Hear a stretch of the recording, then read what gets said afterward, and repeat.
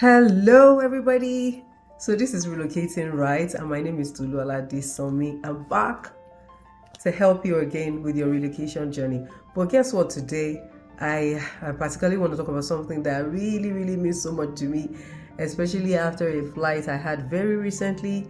On that flight, so it was going to be a very long journey. So the layover and all of that.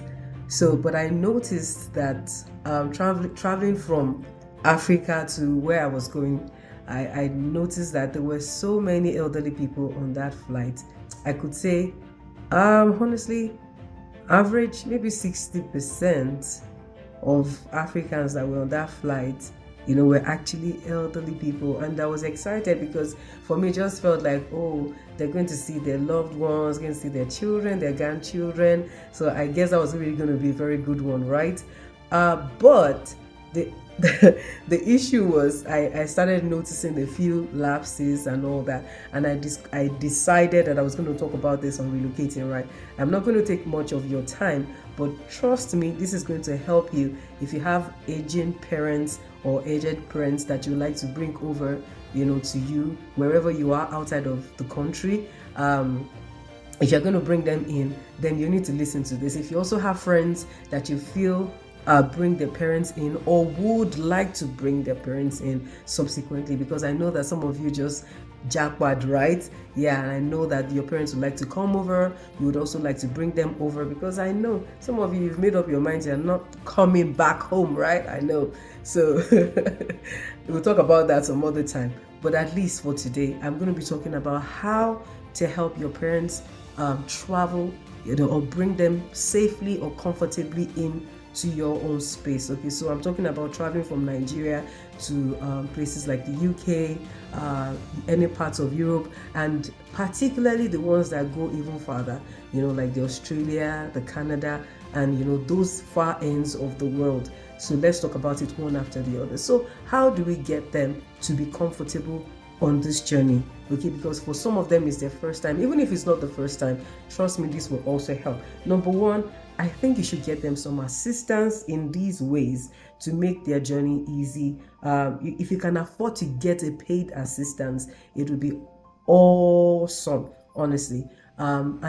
Those are available actually with the airports and with the airlines. All you need to do is just do your research, okay, to find out, okay, so how can I help my parents? Okay, they're 65 and above, they're 70, depending on how agile your parents are, you need to make that decision, based on all of those things, their mobility and all of that. But I tell you that we have the different options, with the airlines and the airports. We can actually make their journey easier. So there's a wheelchair.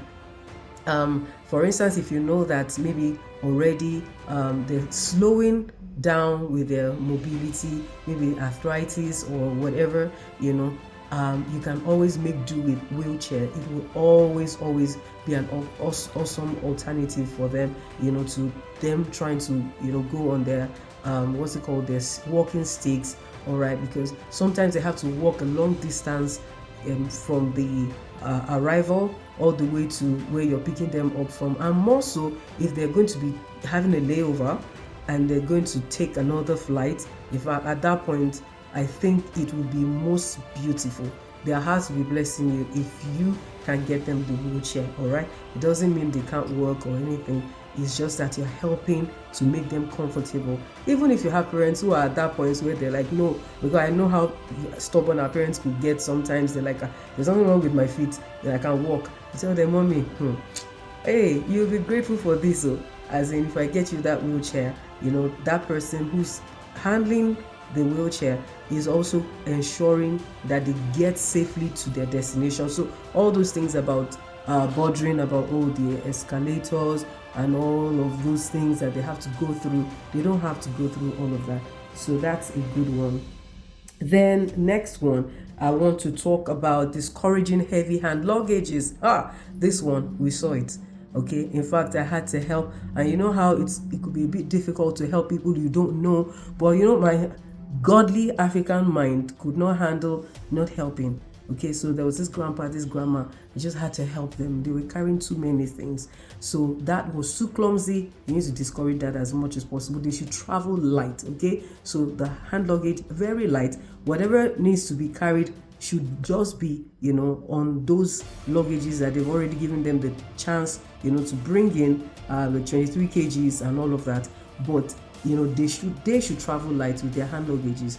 If possible, no hand luggage, just a small bag and whatever, but I know how it is. Okay, they want to bring everything for you, but please help them, because if they're traveling, honestly, it's not easy for them at a certain age. So that would help if they're traveling light, and then if their things are together in one place, they don't have, it's not going to be clumsy. This is falling off, this is there, this is getting missing, and all of that. All those things will not be there. So that's my second point. The next one, I would like to say, please encourage appropriate dressing for the weather. I think that's pretty important. If it's winter, oh yes, please. I know grandma doesn't like trousers, but you need to let her know. Even if she doesn't like trousers, okay, she needs to wear what you call the tights, okay, and get her the thick ones, okay. She needs to wear the tights, especially if it's the first time of traveling. It is so important, please. Now they give what's it called in the airplanes, some small blanket, but it would never really help. It's not enough.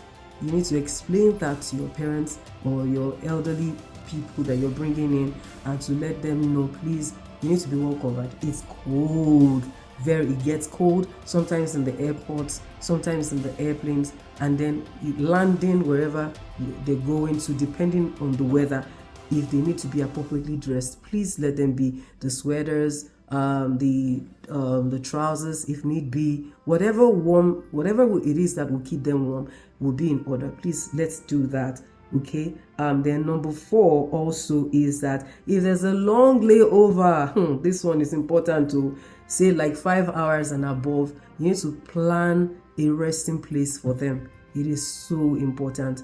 Okay, so you get to this airport and it's going to be a layover. You have a connecting flight to make. Sometimes they're really tired, honestly, really tired, and you're like, oh, what are we going to do? We don't need to get to that point. You can help them ahead, plan ahead. Okay, so what I mean is, for instance, sometimes the transfer hotels, they call them, I've experienced this once or twice, and it's beautiful. This was like a 7 hours layover. I had kids and we had to do that. That was the only way we could actually survive that flight. So please, if your parents need that kind of help, you can get it for them. And then in the airports, they also have the options of your sleeping pods, and then they have the airport's lounge.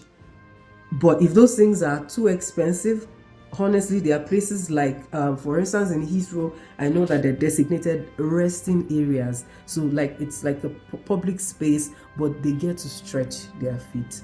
Okay, in those places, they get to lie down, put their heads on that like stretcher, or what do you call it? I don't know. So they just get to have that rest, that they want at that time. The only thing is they have to keep their things safe.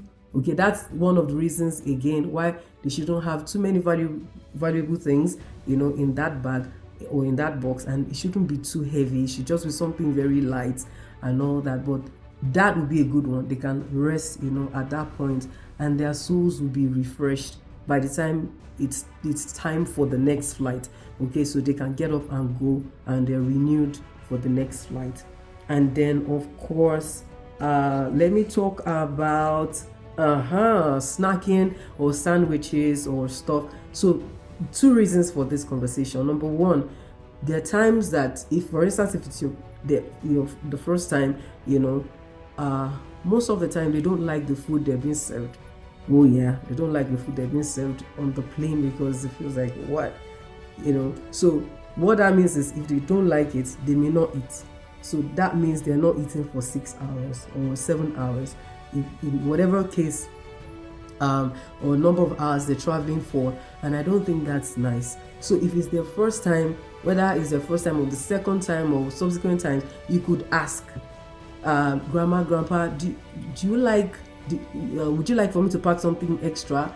If you don't like what you've eaten, on the plane, it would be nice to make them sandwich, give them some snacks, chips, whatever it is, to make their journey easy.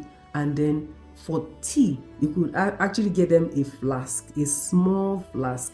Okay, so for me, those are the things to be carried, though, not plenty things on that, in that hand luggage. Those things are not necessary. But what is necessary is what would be of benefit to them on that journey to make their trip easy. So you could get them that small flask, of course empty, because they won't be allowed to take that in.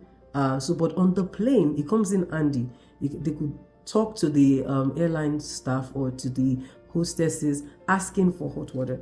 Okay, so they'll gladly oblige.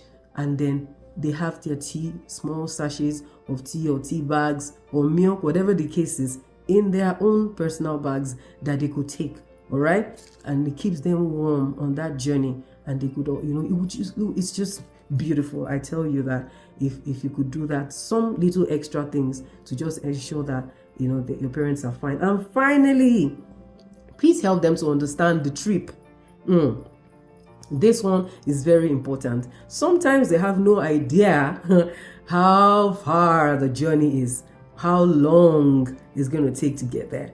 You could try as much as possible. Take that time, okay, and patiently explain from A to Z what's going to happen, how it's going to happen.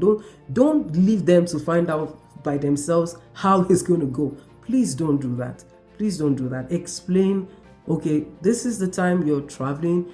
You're getting to the airport at this time, as much as you can. I mean, depending on how literate they are, even if they're not well read, trust me, there's a way you can still get across to them that they understand what exactly you're trying to say. Okay, so it is this time here.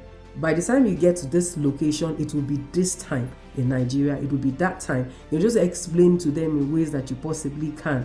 And then about the information board, they get to the airport, they get to for their connecting flight, to understand the information board. Sometimes you're trying to ask people there and they're not responding. I was having this conversation with one of our sons, and I was telling how that my husband and I had to help some grandparents. Okay, as we were talking to the first one to the second one, we just saw that they were all kind of like gravitating towards us and asking us questions. We were helping them, so where you're going, Grandpa? Okay, so this is how to find it. Oh, Grandma, you're going to arrive at so and so time. Wait, yours hasn't been uploaded yet. Stuff, just helping. But I was talking to this my son, and he says, on his flight, guess what? He was asking, and some of those guys are like, please leave me alone. That's how nasty people can get. Yes. So I want to say this. At the airports, encourage them rather than talking to people, travelers, let them talk to the staff, okay, the airport staff. And honestly, they're lovely people. They respond to you. Whatever question you ask, even if you sound stupid, they will respond to you because they already understand, how it is. Okay, so let them look for the staff, and they always ask, they have their tags, they have the airport tags to let you know that they actually are staff. Okay, so ask them, so please, I'm going to so and so, or I need to use the washroom, or I need to get to so and so place. They would show them where to go and how to get those things. Okay, so please, let's help our parents as much as possible. Now, this is Relocating Right on YouTube channel. It's your favorite spot to getting all that information about traveling, relocating, and settling in, integrating properly. Let me encourage you to please go right there and subscribe.